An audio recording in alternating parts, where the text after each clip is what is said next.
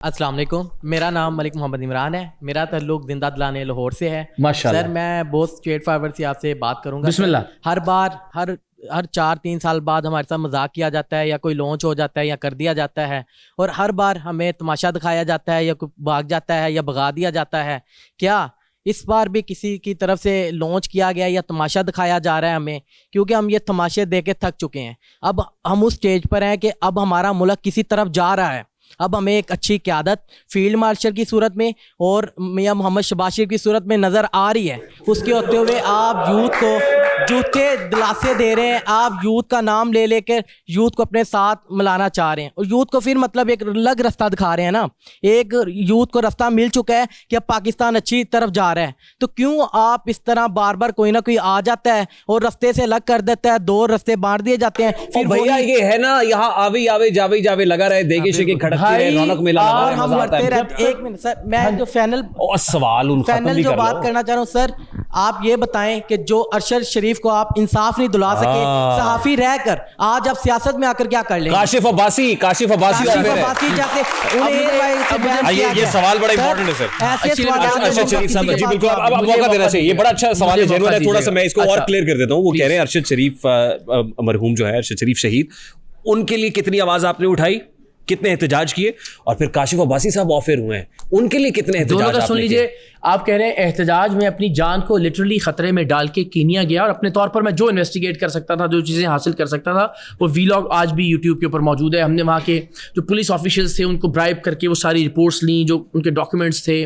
لوگوں نے اتنی حیرانی کی بات ہے پی ٹی آئی کے دوستوں نے، چونکہ ان کا نیریٹو خراب ہو رہا تھا کہ وہ تشدد وہاں پہ ہوا، یا تو وہ گولیاں ملی وہاں سے جائے واقعات سے جن پہ کینین آرڈیننس فیکٹریز کارپوریشن. اس کے بعد آپ کا سافٹ ویئر کسی نے اپڈیٹ کر دیا؟ نہیں ہرگز نہیں. سن وہ یوٹیوب پہ موجود ہے، سافٹ ویئر اپڈیٹ ہوتا ہے. آپ گئے کینیا سے واپس آئے، پھر خاموش ہو گئے. جو چیزیں ملی ان کو میں نے اپنے طور پر کمپائل کر کے ڈالا، اور جو ڈاکیومنٹس تھے جس ادارے نے مجھے بھیجا، ظاہر اس کی امانت تھی، میں نے ان کے حوالے کیے. وہ متعلقہ جے آئی ٹیز اور پلیٹ فارمز پر وہ چلے بھی گئے.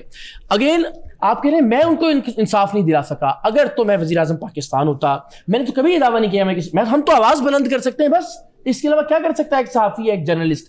اسی لیے میں کہہ رہا ہوں اس سسٹم کو ٹھیک کرنا پڑے گا جہاں اس طرح کی ناانصافیاں مستقبل کے اندر نہ ہوں.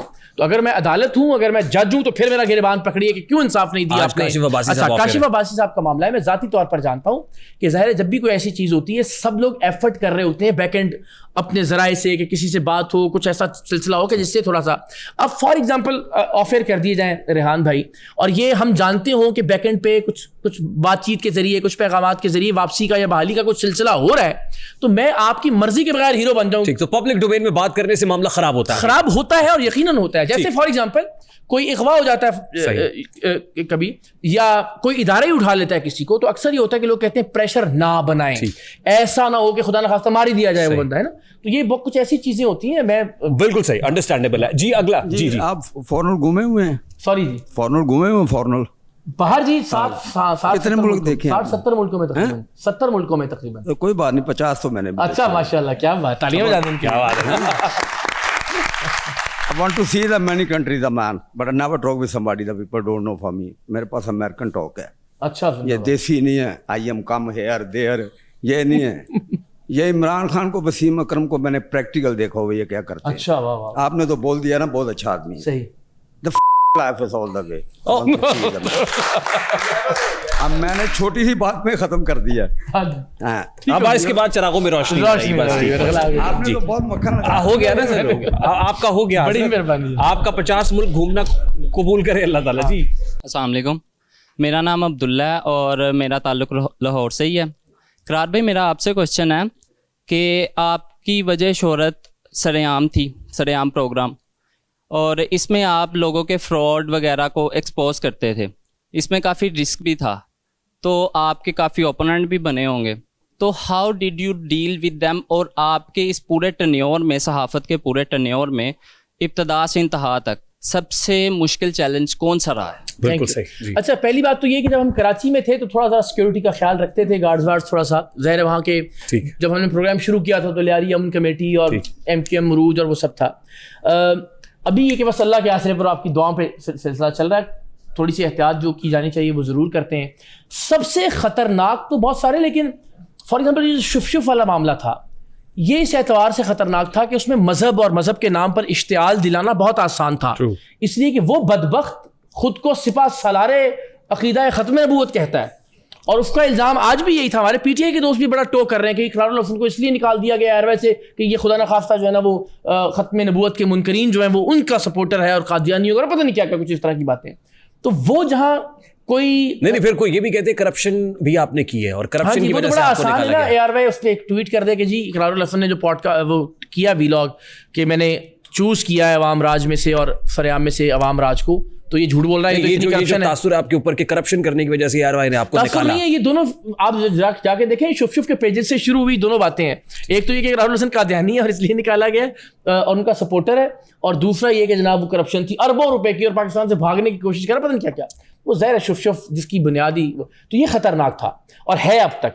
ہم پہ گجرانوالا میں تیزاب پھینکا اس کے فالوورز نے, گاڑی توڑ دی, میرے گھر کے باہر فائرنگ ہوئی, اور وہ اتنا طاقتور ہے کہ ہم نے 8 مہینے اس کی ایک ایک کرپشن کو ویڈیو ایویڈنس کے ساتھ اور ثبوتوں کے ساتھ بے نقاب کیا, اور 8ویں مہینے بجائے اس کے کہ اس پر ایف آئی آر ہوتی, F B R NAB action لیتا, اس کی پراپرٹیز اربوں روپے کی, وہ آرمی چیف اور وزیر اعظم پاکستان کی علماء کانفرنس میں سب سے پہلی سیٹ پہ بیٹھا ہوا تھا. ٹھیک, اب کیونکہ یہ بات ہو گئی ہے تو یہ بھی کلیئر کر دیں کہ کچھ لوگ آپ نے پچھلے دنوں ٹویٹ کی, اور ایک جرنلسٹ دوست ہے ان سے متعلق آپ نے کہا باپ کے ہو تو, پھر اس میں اس نے پھر وہ تھمبنیل بھی میں نے دیکھا کہ اب اپنے باپ کے بارے میں بتائیں, اور پھر کچھ لوگ یہ بھی مطلب آپ کے والد محترم سے متعلق, والد گرامی سے متعلق بہت ساری باتیں کر رہے ہیں.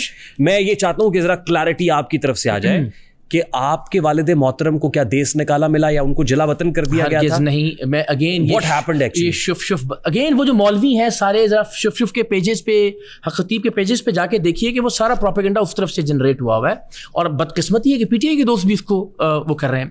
میرے والد, انہوں نے کہا جی نام بتا دیں, میرے این آئی سی پہ سید محمد اسماعیل نام میرے والد کا موجود ہے, اور ظاہر ہے بہت سارے معاملات میں ایسا ہوتا ہے کہ میرے والد اور والدہ کی جب ہم بچپن میں تھے تب علیحدگی ہو گئی, اور اس کے بعد وہ ظاہر پاکستان سے باہر بھی ہیں, اور باقی جو یہ اس قسم کی فضولیات دیس نکالا ہے اور کوئی ایف آئی آر ہے, یہ ایون سزائے موت تحقیق کر لیجئے کہ یہ حق خطیب کے مولویوں اور اس کے پیجز پہ موجود ہے, آج سے نہیں ہے, یہ تو 6-8 مہینے سے چل رہا ہے جب سے ہم نے شف کو بے نقاب کرنا شروع کیا تھا. آپ کے والد پاکستان نہیں آ سکتے؟ آ سکتے ہیں, کوئی ایسا قطغن نہیں ہے, نہیں ہرگز نہیں, کوئی جلاوطنی نہیں ہے, بالکل نہیں ہے, سزائے موت کا حکم نہیں ہے, ہرگز نہیں. جی ہاں بالکل. ہاں, یہ شف کے پلیٹ فارم سے جا کے دیکھیے آپ کو اندازہ ہو جائے گا. جی السلام علیکم. اقرار بھائی جان, میں الحاج شہزاد رفیق مکہ مدینہ سے آیا ہوں. ماشاء اللہ, ویلکم. میں نے کافی دیکھا ہے کہ آپ کچھ بات کرتے ہیں تو کہتے ہیں کہ جواد احمد جو ہے وہ عمران خان سے 1000 کروڑ گنا. اچھا بھیا یہ سوال ہو چکا ہے, میں عرض یہ کرنا تھا کہ اس کے 2 منٹ باقی کرنا یہ